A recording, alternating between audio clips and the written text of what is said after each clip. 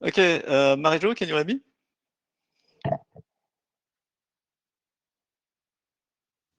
Yes, I hear you. Okay, I guess it's time to start. Okay, so welcome everyone. I can see there's 22 people on the Meet Echo. It is 2:31 a.m. in Montreal, Canada. And I can tell you guys that the last time I was up with such a large number of people at 2:30 in the morning, I had been invited to the cast party of a theater play, and actually we had started going out at midnight. So hopefully this is going to be as entertaining as going out with the cast of a whole play. But and I will not put my video. I'm currently in my bedroom, and I don't want to put too many lights outside also, on, because eventually I'll go back to bed. Okay, welcome to this meeting, virtual meeting of Coding for Efficient Network Communications. This is our IETF research group. Obviously, our goal is to, and has been for quite a number of years now, foster research in network and application layer coding to improve network performance. We've done a lot of work in this group in the past years. We've done codes, obviously, and coding libraries, but actually I would say, so we actually have developed codes and codes libraries, but I would say most also important was the goal of the team was to develop protocols actually to facilitate the use of coding in existing system. We wanted to have real world use cases and work in progress. And I think it's important to highlight that this is all in the context of research. So even the protocols and the real world and the coding, we wanted to foster research in that, not just develop codes for the sake of developing code. So there was just looking at what the research in this area was targeting, what were some of the problems that this research was going to address, and how the protocols and the use cases were showing that research was working or was actually delivering outcomes that had been planned for it. Next slide. So this is obviously the intellectual property that we just went really fast with. Now this is the privacy, and well, no, we can, everybody knows that you have to declare your IPR. We've had quite a ride in this group about that too. So next slide, Vincent. Privacy and the code of conduct. We obviously need to behave. Again, very important, I think, is the goal of the IETF. We're not a standardization group. We are, like I said, fostering research. And even when we say, like I said, we develop codes and we develop protocols and things, it's all in the context of the research around this, not, again, in the context of developing a standard. And I think for many people, it is still a struggle, because people think, oh yeah, we're going to take it to the IETF. It's like if we're taking it to the IETF or to another standard organization, but it's not the case. This is research, and I think you're going to see today the presentations. Is it today yet? Yes, it is today. It's not tonight. It's today. Sorry. Yeah, so give me just a few seconds to adapt myself. So where you're going to see that what we're presenting today is about research. Next slide. So we like everybody, like in the IETF, we have a presence on the IETF, in that case, data tracker. And so you can find our charter there, the documents, also all the slides of previous meetings and stuff. We have a GitHub that Vincent uses to post material and actually to post some of the results of hackathons that we've had and other documentation.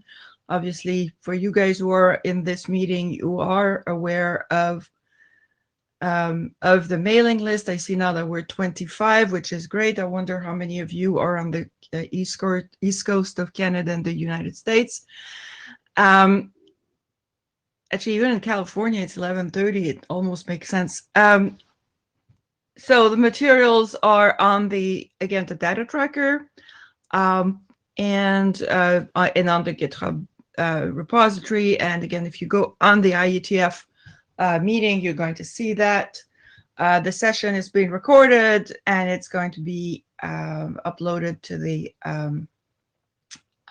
IETF 109 YouTube channel. We have a blue sheet that's automatically filled. For those of you who never attended an IETF meeting, a blue sheet is stuff that goes around the meeting to see who is participating. If you want to join the queue for questions, please press the raise hand icon, and you're going to join the queue. And Vincent and I are going to monitor the queue.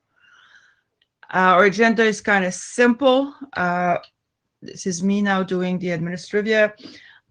We're going to have a presentation of the BATS coding scheme. This is something that is really advanced and is Ramon Young and his team. Just to interrupt you, I'm not totally sure about the BATS presentation because I didn't receive any slides from Raymond. I don't see Raymond in the participant list, so I don't know what will happen. Okay, well, I think they had also said that maybe they would skip the meeting in the last few days, so I wasn't sure if they were going to change their mind. So if they're not there, maybe that means that we do not have a BATS coding scheme presentation, and they're going to rejoin us at the next IETF. But maybe we want to say something about the BATS draft ourselves, where it is in terms of ID and becoming a research group item. So maybe we could just say that for a few seconds. You could talk about that, Nisa. We're going to have a presentation on coding and congestion control, which has been an issue since coding usually hides lost packets or also used to signal congestion. And Morten, who is going to present us repair patterns for sliding window codes. And Morten, I saw your message about being at home with young kids, and I really send my best. Next. Okay, so maybe I can take over. Okay, you can pick up from there. Yes. Thank you. Thank you, Mario.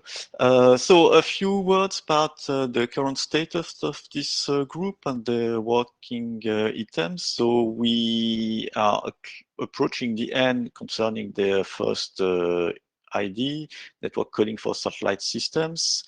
It passed ISG review. Recently, it has been updated based on one final comment we received from ISG review. And well, now the floor in the hands of Colin Perkins to have a final review of this quick update. So it will hopefully be published by next IETF meeting.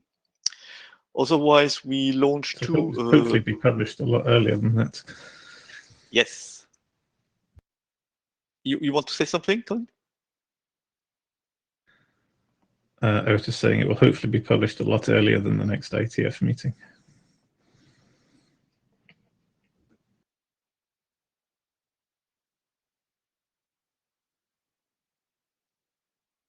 Also, yeah.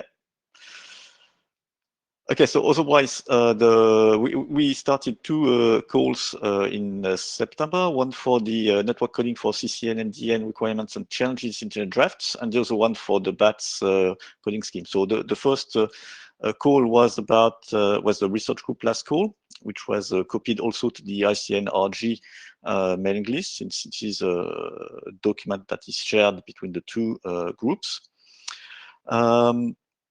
We didn't receive any feedback from either groups. I sent a quick review yesterday about it. From my opinion, well, the document is in good state. There are a few changes to be done, but nothing really serious from my point of view. So this is something that we need to confirm, of course, with the ICNRG chairs and group, but I think we have something which is quite solid right now. And next step, if everybody agrees, will be to move it to the ISG for review, to continue the process. So that's the situation for this first document. And those document, the BATS, the question that was raised during the call on September was all about research group adoption of this document. So we received two messages, one from Colin and the other one from Emmanuel. Their comment was essentially to say that, okay, it's a good document, but probably more on the standardization aspect and less in the research one. So this is the feedback that was sent back to the authors, and the authors updated the document quite recently, yesterday. So we need to decide what to do if we agree to have it be a research group item document, but that's something that we can discuss later on. I don't know if any of the authors joined right now. I'm still waiting for Raymond, but seems not to be here. So I suggest we discuss this at the end of the meeting. I don't know if in the meantime Raymond will be able to join and do the presentation about the BATS new version of the new version of the BATS document or not. But let's postpone it a little bit, this discussion a little bit. Next, sorry.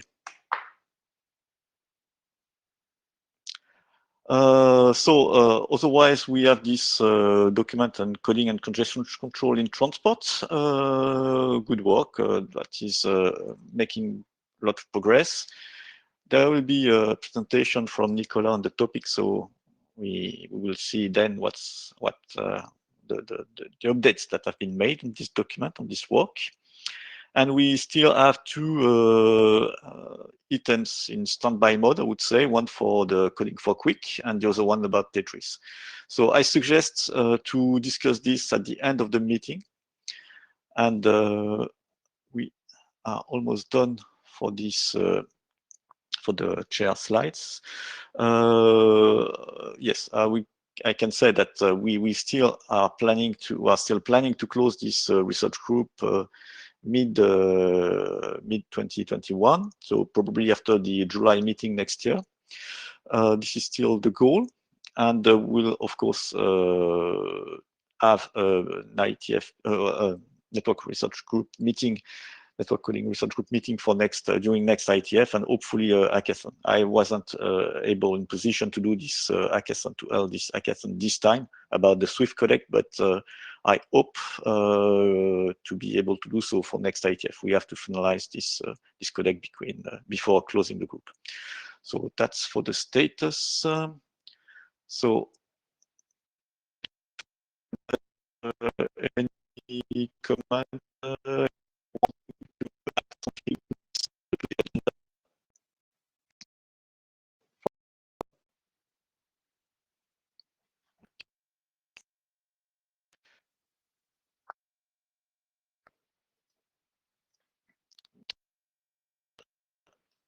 Presentation. So Nicola, I suggest we continue with your presentation. Nicola, can you hear me?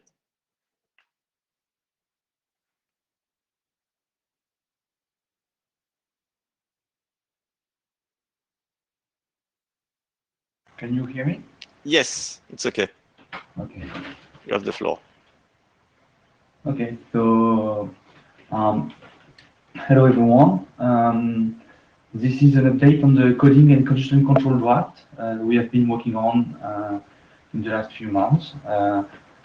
Just next to me, there are lots of word works, so there may be noise during the presentation. I'm sorry in advance for that. Next slide, please. Since last IETF, we have done lots of experiments and also added a very large discussion section. I will go through first the experiments in the presentation and then go over the whole draft again. But I just wanted to show here, just looking at the table of content, the amount of sections that have been added in the document. Next slide, please.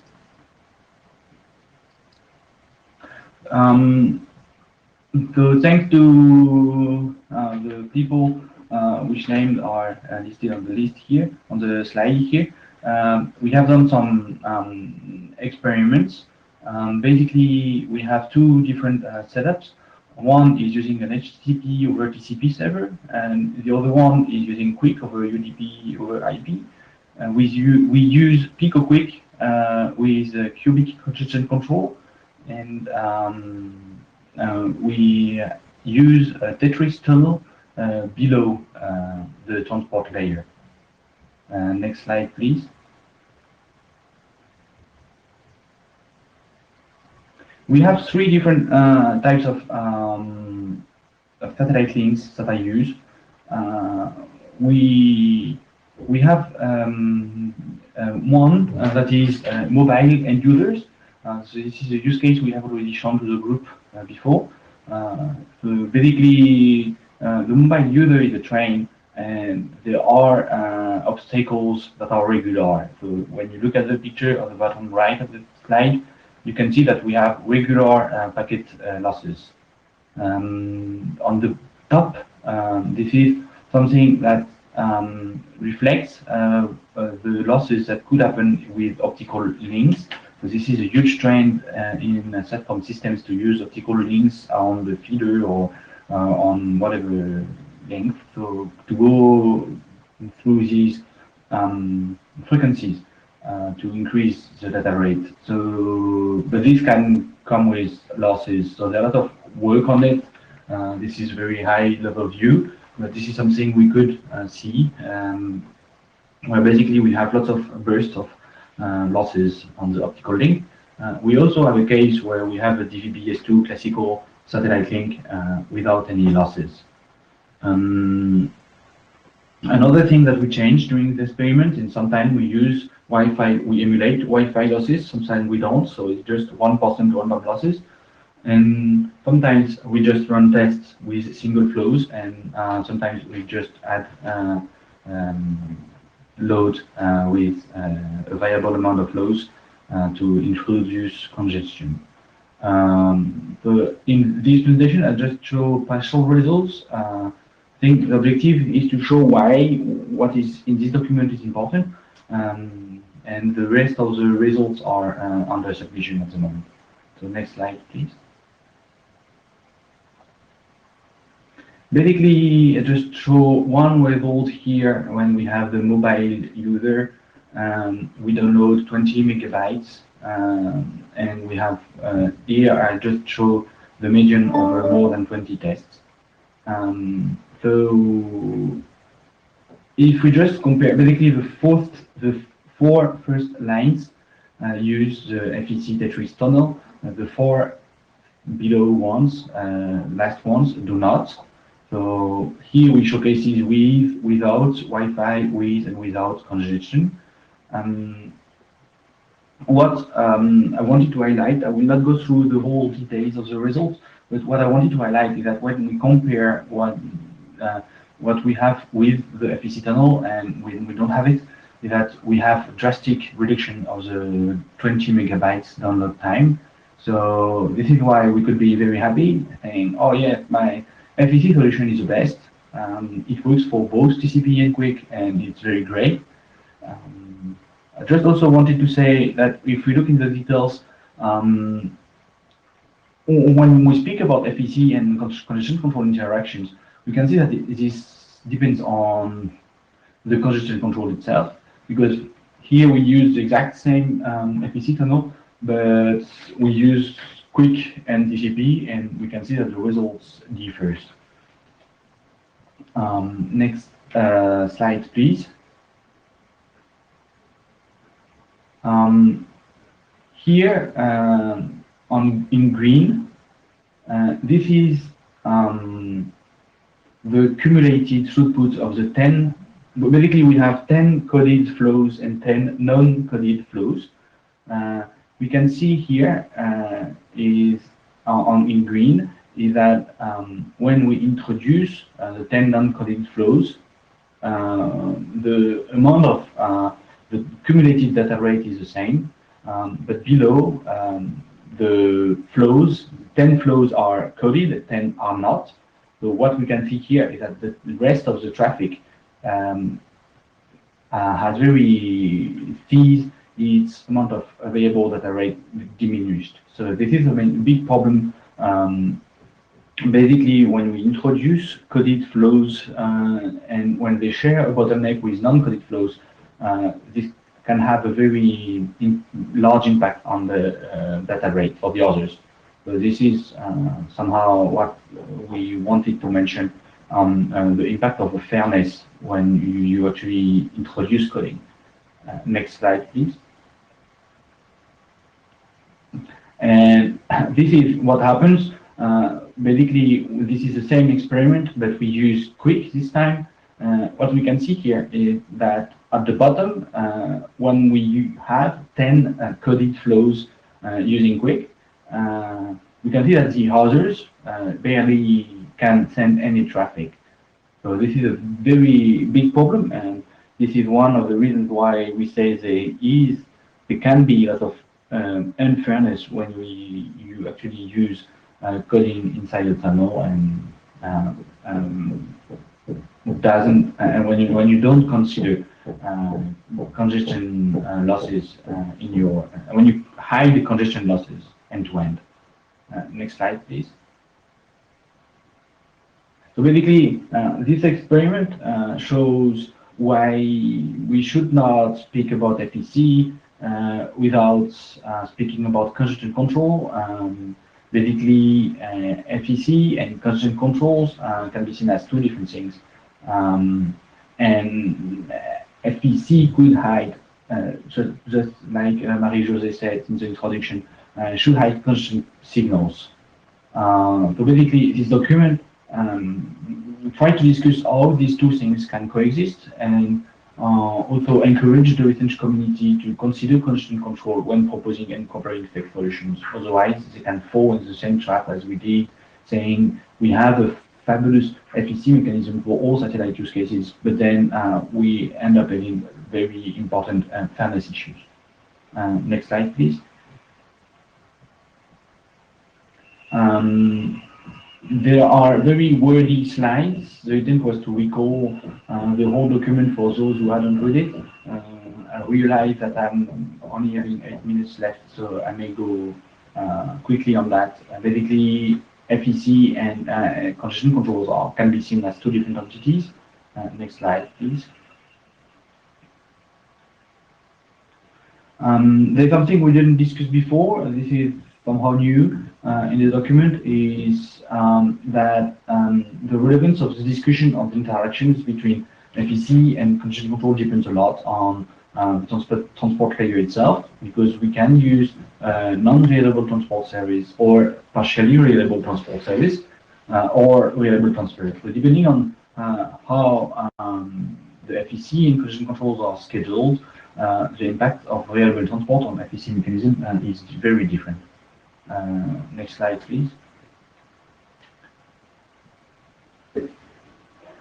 There are basically three possibilities. Either FEC is above transport,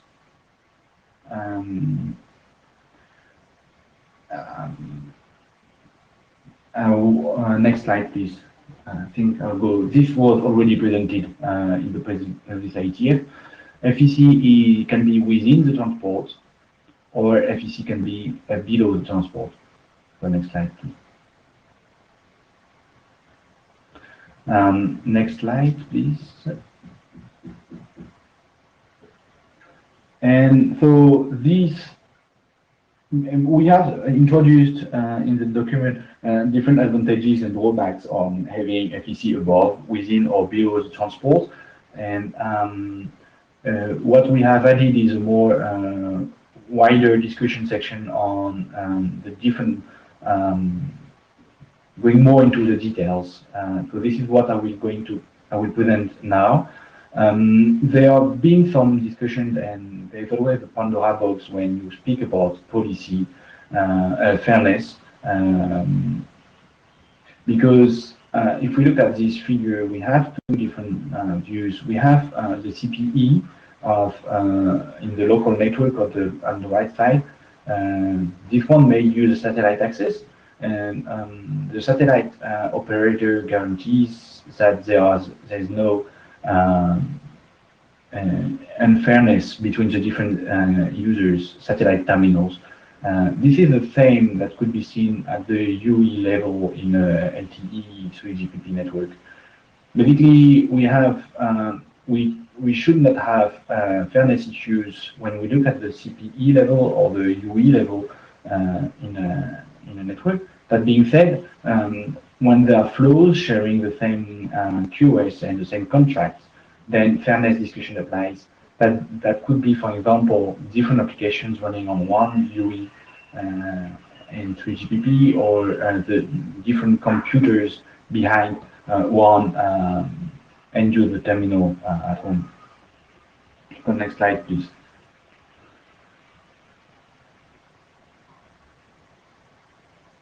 This slide, and sorry for the size of it, I wanted to have everything in the same figure. And basically, these are the different themes over which we went through, for discussing the impacts of having FEC above, within, or below the transport. We have looked at the fairness issues, how congestion control uses recovered symbols, the impact of the interactions between the congestion control and the coding rates, and what happens to useless repair symbols. These are discussions and things we had during these things were this is based on comments we had from the list, or when we already presented the documents previously. I don't know, chairs, if I have time to go through the different points here, or should I rather ask for people's opinion on the list? What do you think? Nicolas, you can take a bit more time, because I guess that Raymond will not show up, and maybe we won't have the BATS discussion, BATS presentation. So Okay. if you want to take 5-10 more minutes, I think it's feasible. Okay. Sure. Okay. Thank you. I will then just go quickly over this. Basically, we think something that comes a lot from this table is that when we look at the fairness and the impact on the non-coded flows, there is an issue for the fake below transport case, such as we shown earlier in this presentation. We think that this approach can drastically reduce the output for the non-coded flows. But then specific signals can be proposed, such as a testnet that has been proposed by Emmanuel earlier in previous IETF meeting. These solutions could be proposed, but would be then protocol dependent.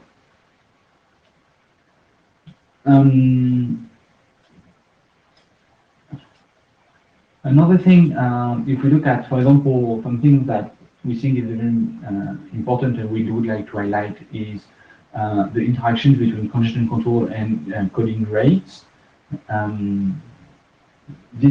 mostly very interesting for the FEC within transport case because they a very large trade-off between reducing the output when we actually we send useless repair samples, but then this can help to recover fuel from transmission and congestion losses. But still, we should be able to propose, in the case of the FEC within transport, signaling to enable receivers to indicate precisely the number of source packets that have been received, the number of repaired packets that were actually useful in the recovery process. And so this, using this receiver may actually be able to exploit the information given by the receiver to reduce the number of useless repair packets. If we look at this table, if I let all have time to read it later after the meeting, but our main conclusion is that for the FEC pilot transport, there may be lots of issues. We just add loads on the network. There's fairness issues, and we are not aware of the congestion control implementation. So we think this is something that should be either, for the moment, we just describe it in the draft. We don't take position on what is advised or not, but this is something important to consider. Next slide, please. In general, Marie-Josée recommended us to try to come up with open research questions, and indeed there are. Basically, because when we use coding, we reduce the good put when we send useless repair samples, but then we can help recover from transmission and congestion losses. So this trade-off is always here, but the way you actually can consider it depends a lot on the relation between the FEC and the transport. So if we start with the right column, when we are in the FEC below transport case, the fairness issues that we mentioned earlier on, and also sometimes you may have different streams, multiple application streams sharing the FEC channel. So this is something that needs to be considered because we use the same FEC mechanism for the whole streams. So that may be something that needs to be investigated. In the case of the FEC within transport, we have the room to define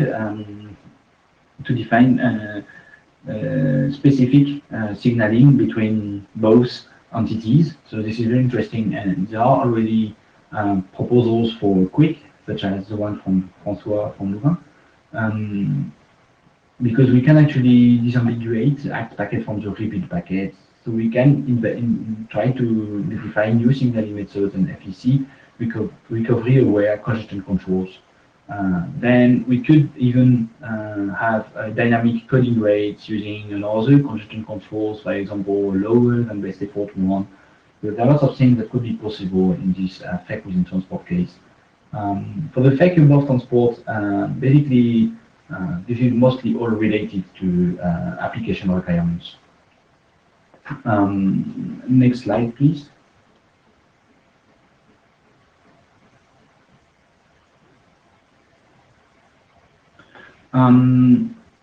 Our advices for evaluating coding schemes is to avoid the things we described at the beginning of the presentation, being showing good performances of FEC mechanisms and ignoring the issues and the impact on the congestion control and the fairness of it.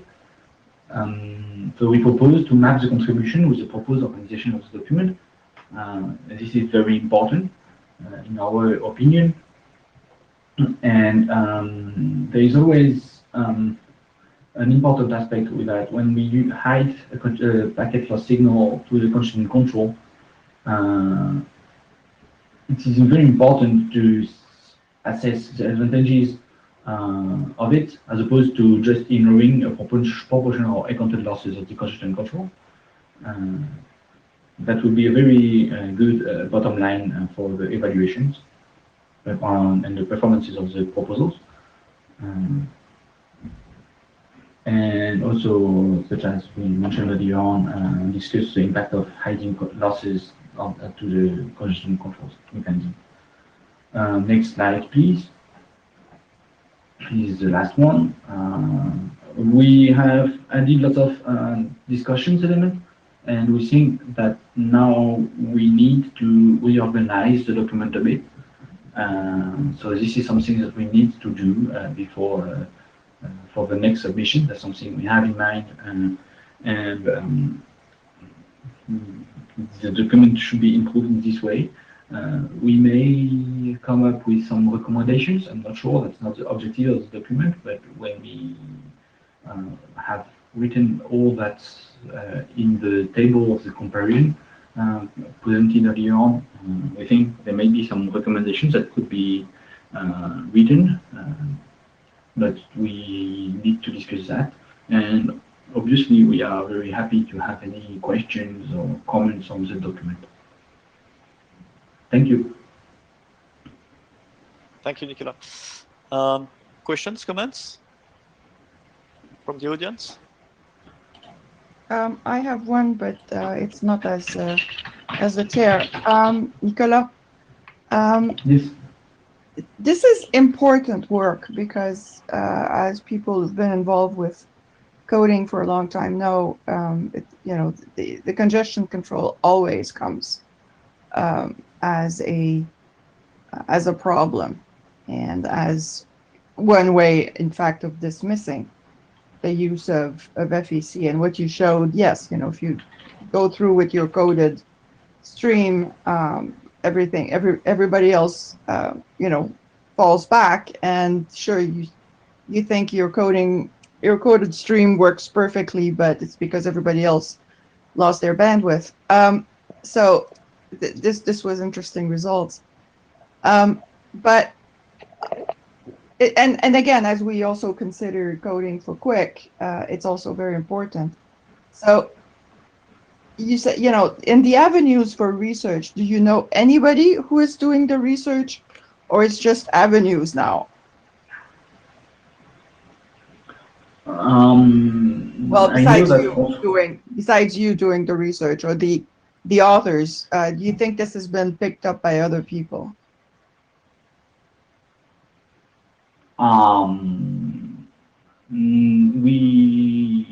We know there may be some interactions with what's going on in the loops working group, but it's still not a group.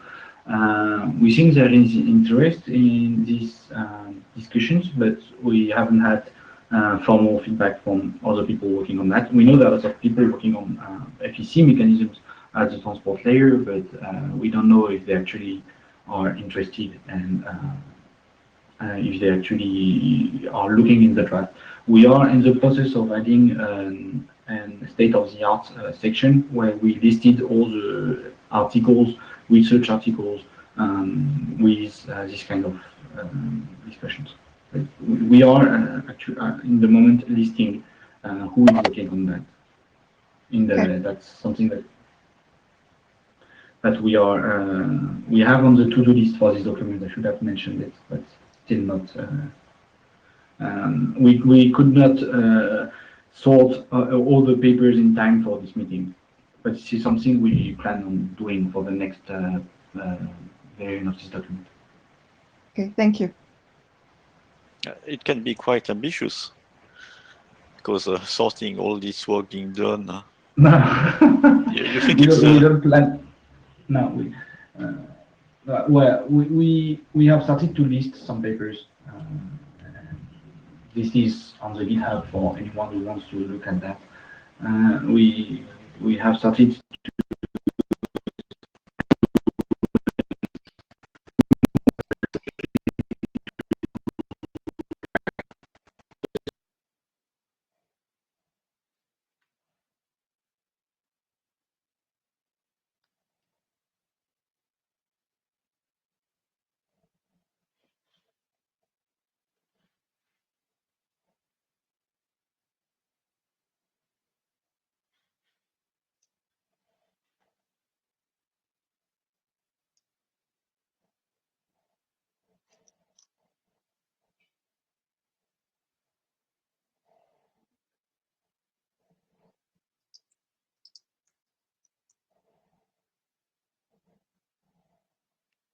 Okay, I think we have a problem currently, Nicolas. We have no feedback, no audio from you.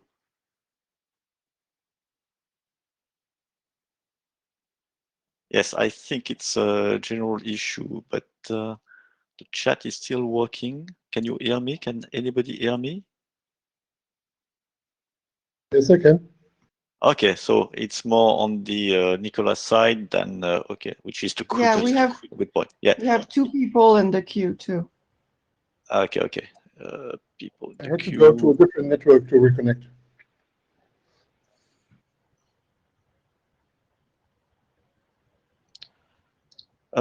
Maybe you can switch to next presentation. I cannot hear Nicolas anymore.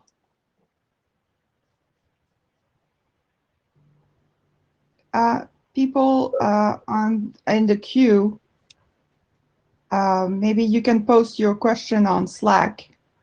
I think I created the network coding research group channel on Slack. If you want to post your questions there, Nicola could see them there and answer them later. Can we avoid adding another communication channel? I will not comment on that, but I did create them, so we can use them. So there is a network coding channel. So if you want to post your questions there, at least I'm going to be able to capture them and send them to Nicola if he doesn't. I'm back. Oh, you're back. Great. Excuse me. So there were 2 people in the queue, Nicola. Okay. Kirsten and Morten. Yeah, So Morten, you want to add your question? You ask your question? Yeah, thank you very much. Nice presentation, Nicholas. I agree. This is important work to be done, right? So there's one thing that maybe I don't understand, or maybe you can clarify a little bit. So when you say coding above the transport, to me that doesn't sort of that wouldn't make that much sense, because if you have something like TCP underneath, which is doing retransmissions, or QUIC, which is doing retransmissions, you wouldn't really see any losses above the transport, unless you're running like on top of something, like directly on top of something like UDP, for example. So can you maybe clarify a little bit what you mean about coding above the transport? So thank you for your question. This thing, by coding above transport, we mean coding at the application level mostly. I agree that this does not actually make sense when the objective is to discuss the impacts and the interactions between congestion control and APC. At the moment, we have added it just to be sure that we discuss all the cases, below, within, above. And in the document, I think that we say what you just said. We agree on that, basically saying it doesn't make sense if you are above TCP. And basically, UDP is the most relevant case for the transport in this scenario. Okay, makes sense. We agree on your point, and this is what I think, at least that is what we tried to put in the document. If it's not clearly said, we may have another pass on that. No, I think probably the document is fine. I was just puzzled here in the presentation, so I'm pretty sure that if it's written in the document, should be just fine. Yeah. Thank you. Carsten, you had a question? Yes. So the effect you showed at the beginning of your slides is not the result of adding FEC, it's a result of hiding losses from end-to-end congestion control. And that is how you are doing actual harm, and you shouldn't do harm. I don't know if you have read Ranisha Ware's paper 1 year ago from Hotnets 2019, where she examines the concept of fairness and actually suggests replacing it with the concept of not doing harm. She will present that on Friday in the IETF Open meeting because it won the ANRP prize. I think that's a pretty good basis for continuing with the work, because the term fairness may not be a very useful term, as we have found out in like the last 25 years. But what I really wanted to comment about is that you are missing a column. Your category FEC below transport really should be called FEC disconnected from transport. I think what most people who work in the space agree is that FEC actually has to do some signaling to the transport. And this is probably a more interesting column than the column where you don't have any signaling at all. Of course, if you integrate FEC into transport, then you have that signaling implicitly, so that the FEC can talk to the congestion control in the transport. But if it's done by different entities, as I understand was the case with your Tetris tunnel, then you have to do some signaling. And then, of course, the interesting question is, how do we do the signaling? And I think that's an area where the interesting research questions are. So the first question is, how do you actually send the signal? And so far, the only way we have found is using ECN. So you use something like CE marks to indicate that the packet was recovered and not did not make it originally. But I think the more interesting question is how much can you actually minimize harm by doing this signaling? So do you really have to completely emulate the situation where all losses are indicated as congestion periods, or whether you actually can do a more intelligent form of that signal? And that's really the kind of research that I would like to see, because the FEC layer, of course, has more information about this, and it would be good to relay some of this information to the congestion control. And the problem, of course, is that congestion control may actually not be aware of the whole thing going on. So you can only talk to it in the languages it understands.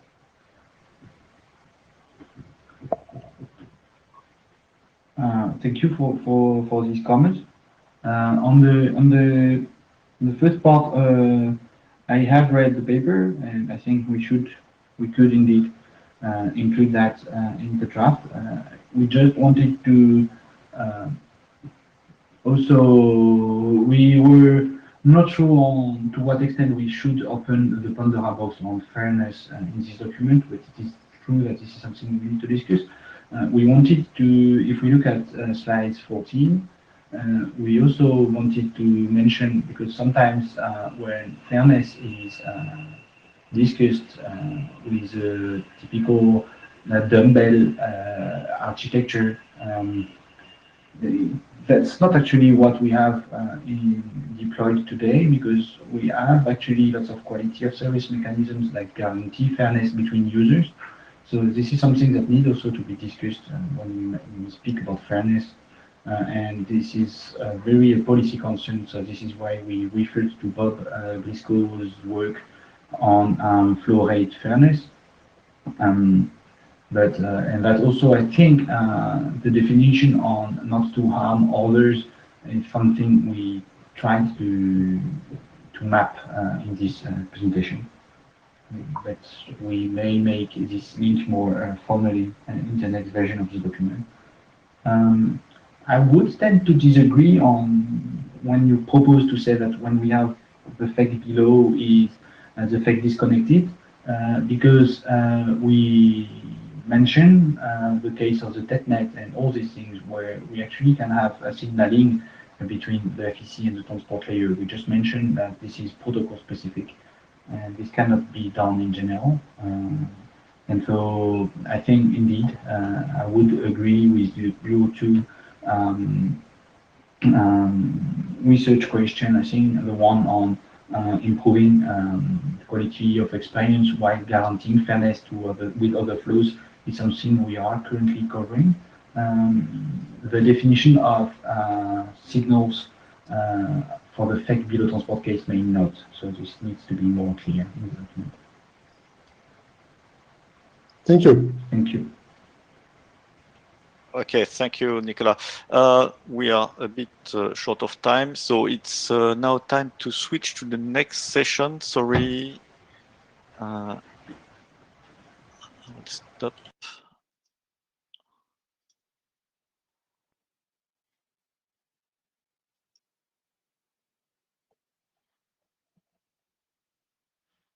I have, yeah, it's coming.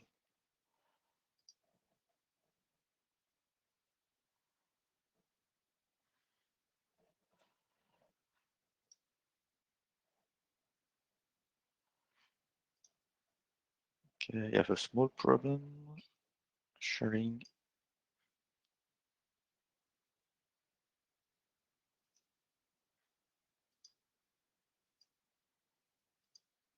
Okay, it's up. Morten, you have the floor. Thank you very much. I hope everybody, the audio is going through well to everybody. So I have a short presentation here on repair patterns for sliding window codes, and this really came about because we were doing a couple of projects where we were working on very low latency applications, so in an end-to-end fashion. And working on those applications, we learned that our intuition about how to produce the repair wasn't really correct. So I would like to sort of spend a few minutes presenting our findings here, and maybe get some feedback from you guys on what if you have some views on this. So if we take the next slide, just a brief background, right, for those that may not have seen sliding window codes before. But most people are probably familiar with the traditional block codes. So what we have there is basically we have a set of packets, and from that set of packets we produce some amount of repair, and then we have another set of packets and we produce repair from those from that, and we call those set of packets a block. And in this specific case, we have 4 packets in every block, and we produce 2 repair from every block. So that's most FEC codes can operate, or erasure codes can operate in this block mode. But sort of in recent years, we have also seen a bunch of implementations that are looking more at something called sliding window codes, where at the figure at the bottom you can see sort of in the dashed line the coding window, and it's sort of packets are not sort of grouped into individual blocks, but packets are flowing through the same coding window, and at any given point in time we can decide to generate repair for the packets that are currently in the window. This window can then be managed, for example, in time. So you can say like packet number 1 is going to be useful for 80 milliseconds, and if that's how long I can continue to include it in my encoding. And once it's sort of above this 80 milliseconds, I just drop it from my encoding. And if I haven't decoded it at that point in time, I also have to drop it on the receiver side. Those types of protocols can be quite useful for low latency applications. I'm not going to go too much into that, but they basically can be used to minimize latency. One of the sort of interesting questions that come about is that when you use these protocols, you typically have some packet loss that you want to overcome. It can be that you're observing, let's say, 5% packet loss, and you want to generate repair to fix that packet loss in advance, right? Because it's a low latency protocol, you don't really want to use retransmissions, because there you have to go back and forth over the link. So that might be okay if it's a low latency link, but if the link is expensive from a latency perspective, it might not be okay. So how to generate this repair, what is the best pattern, is a question that we sort of had to answer. If you take the next slide. So here we have two different repair patterns, and on the left, what we have here is symbols coming in. So S1, S2, S3, S4, so forth. There are symbols that's basically equivalent to a network packet. It can be from a video frame or something like that. And then what we do is that we can generate this repair, which includes some of these symbols, right? R1, R2 are including S1, S4. And what you have on the left and on the right is two different repair patterns. On the left, we have a 4,2 repair pattern. So we take in 4 packets and we generate 2 repair. Then we take 4 more packets and we generate 2 repair. The coding window in this case is 8. So you see that the blocks or the coding windows are overlapping, right? Which is different from a block code. But actually they produce the same rate of repair. So all of them produce 33%. And on the right side, we have a 2,1 repair pattern where we generate 2 packets and then 1 repair, 2 packets and then 1 repair. And if you look at a column, you will see that every symbol is covered by 4 repair packets. So from a protection point of view, these two schemes seem to be equivalent. And also from a repair rate point of view, they produce the same overhead from a bandwidth perspective. So which one is the better one, which one to pick for certain situations? So if you take the next slide, if you look at something like a uniform traffic, so what do I mean by that? In the figure here, we gave every symbol a different color, indicating that they arrive at different times. We also put a deadline, which means that they expire after 80 milliseconds. So in this case, every symbol arrives after 10 milliseconds and expire after 80. So you see that symbol number 1 will expire when symbol number 9 arrives, indicated by this sort of dashed gray line, right? And what you can also notice here is that the distance to repair is minimized, right? We have sort of shrunk down, we're generating repair as quickly as possible for this specific repair rate. So there's no way that we can move the repair closer to this or sort of we've spread out the repair uniformly in all the symbols, right? Sorry, in all the symbols. And they get the same protection. All of them are still covered by 4 packets. And the latency penalty of losing symbol 1 is 10 milliseconds because R1 is generated directly after S2.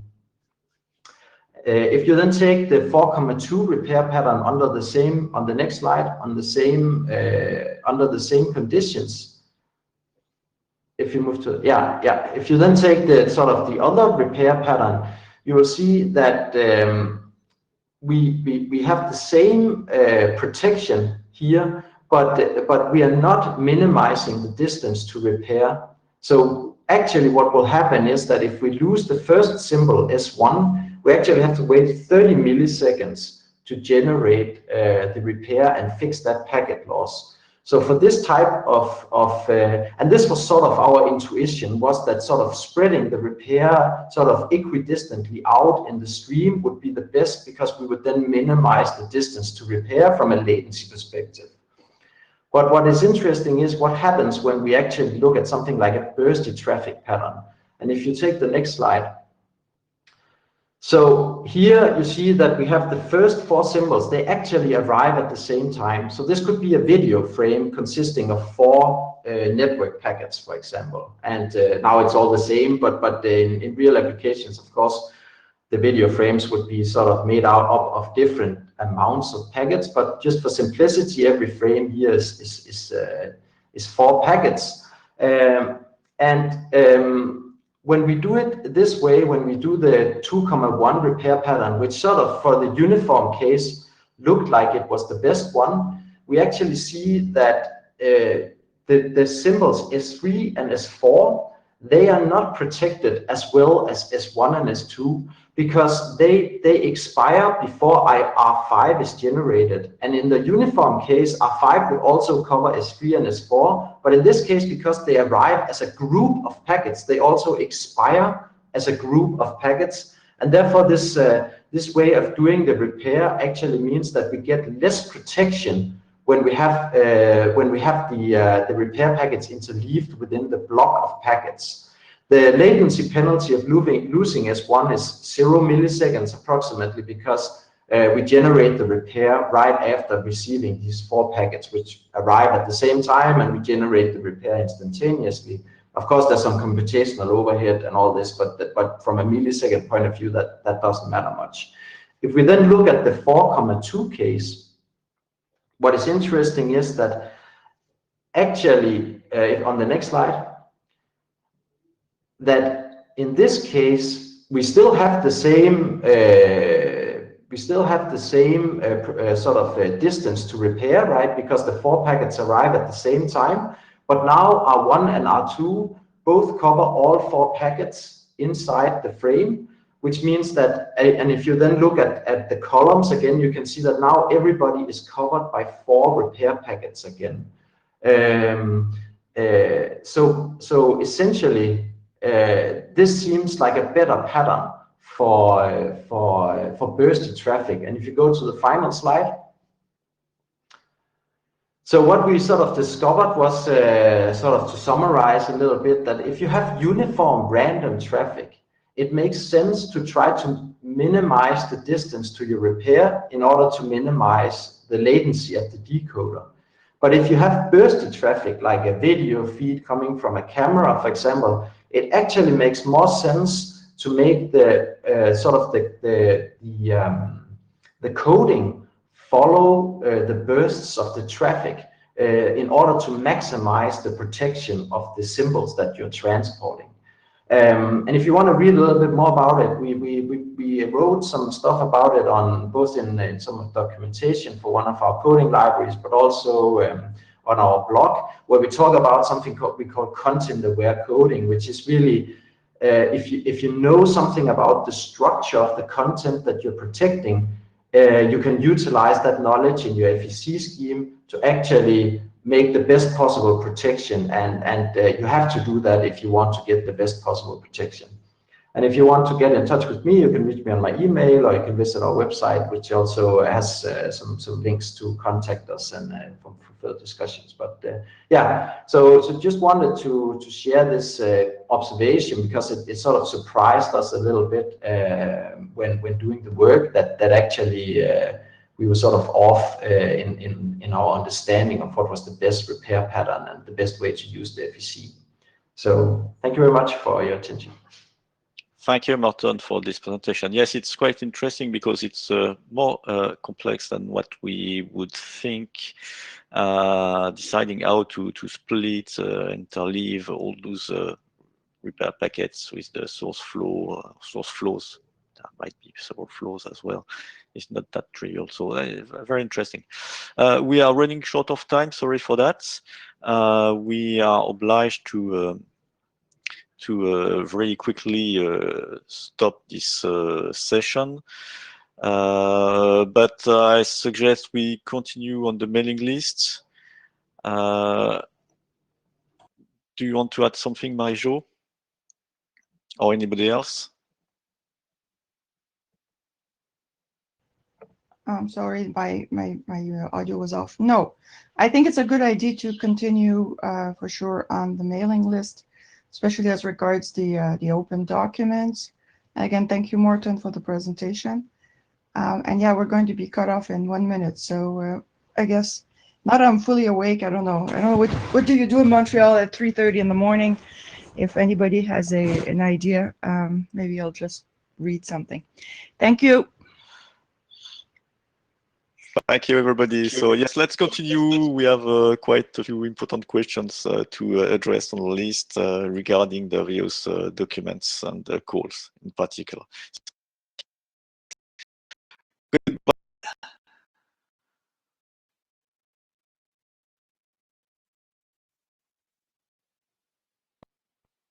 Bye, everyone. Have a great day.